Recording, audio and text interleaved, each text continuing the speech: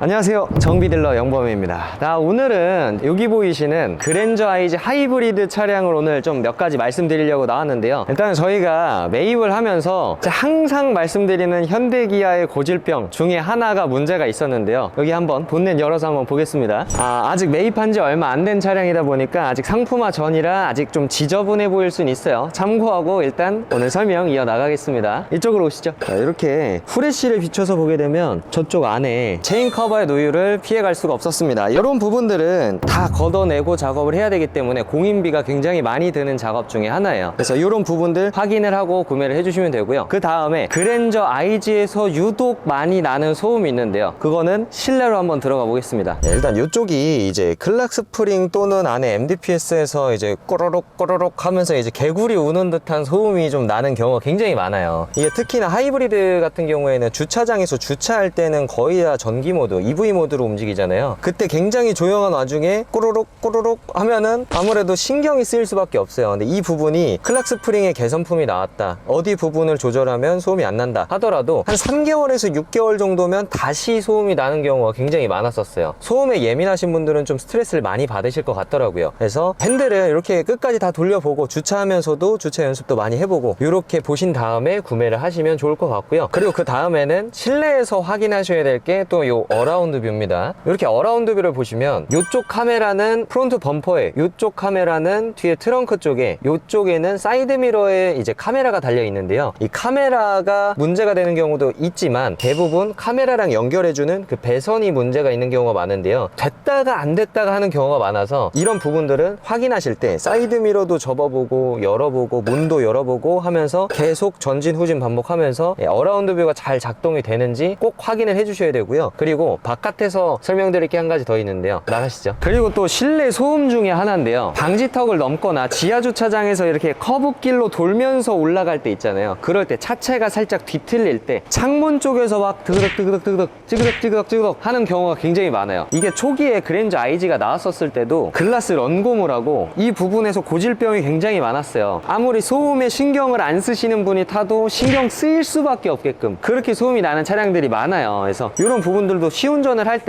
꼭 방지턱 넘고 막 지하 주차장 올라가면서 소음이 안 나는지 꼭 확인을 해주셔야 돼요. 이렇게 그랜저 IG 하이브리드 같은 경우에는 트렁크 바닥에 하이브리드 배터리가 장착이 되어 있어요. 그렇기 때문에 하이브리드 배터리가 밑에 있어서 좀 트렁크 공간이 조금 올라와 있다는 점 알고 구매를 하셔야 되고요.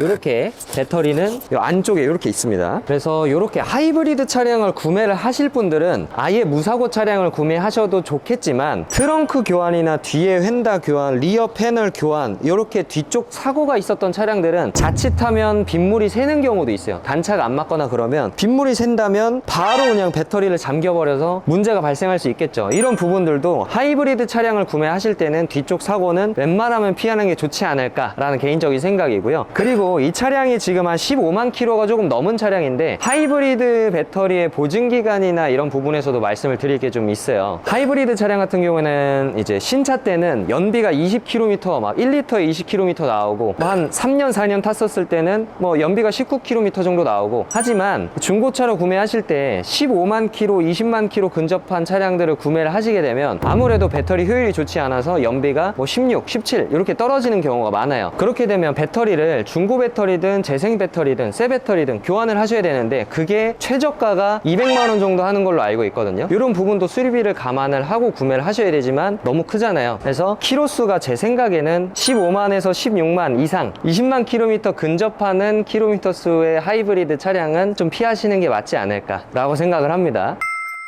다음으로 한 가지 또 주의 말씀 드릴 게 한 가지 있는데요. 이 하이브리드 차량을 구매를 하시려는 분들을 좀 상담을 많이 해봤었을 때 오해를 하시는 분들이 꽤나 있으신 것 같은데, 이게 뭐 하이브리드 전용 부품은 뭐 10년에 20만 킬로까지 보증이 된다 라고 무조건 다 될 거다 라고 알고 계시는 분들이 계신데요. 전기 모터가 갑자기 경고등을 띄운다든지 뭐 이제 하이브리드 시스템을 관여하는 컴퓨터가 모듈이 문제가 생긴다든지 큰 부분에서만 보증이 가능하고요. 이렇게 발전기를 보시면 하이브리드는 시동 모터랑 발전기랑 같이 일체형으로 되어 있기 때문에 하이브리드 전용 부품이 아닌 일반 부품으로 취급이 돼서 발전기 같은 경우에는 3년에 6만 킬로미터의 일반 보증 부품에 해당이 됩니다. 일반 내연기관 같은 경우에는 발전기가 30만원, 40만원 정도면 수리를 하지만 얘네들은 70만원, 80만원 부품 가격을 가지고 있어서 이런 부분도 생각해 주시고 보셔야 되고, 그리고 또 이렇게 보시면 브레이크 오일 통이 있는데요. 이쪽은 이제 내연기관 같은 경우에는 아무래도 엔진 배압을 이용해서 브레이크 압력을 더 증진시켜주는 방식인데, 하이브리드나 전기차 같은 경우에는 전자식 브레이크를 사용을 하고 있는데 이 부분도 일반 내연기관보다 굉장히 부품 가격이 많이 비쌉니다. 근데 하이브리드 전용 부품이 아니라 일반 보증으로 또 들어가서 이런 부분들도 혹시나 고장이 나면 더 큰 비용이 지출될 수 있다는 점 꼭 알고 계셔야 될 것 같고요.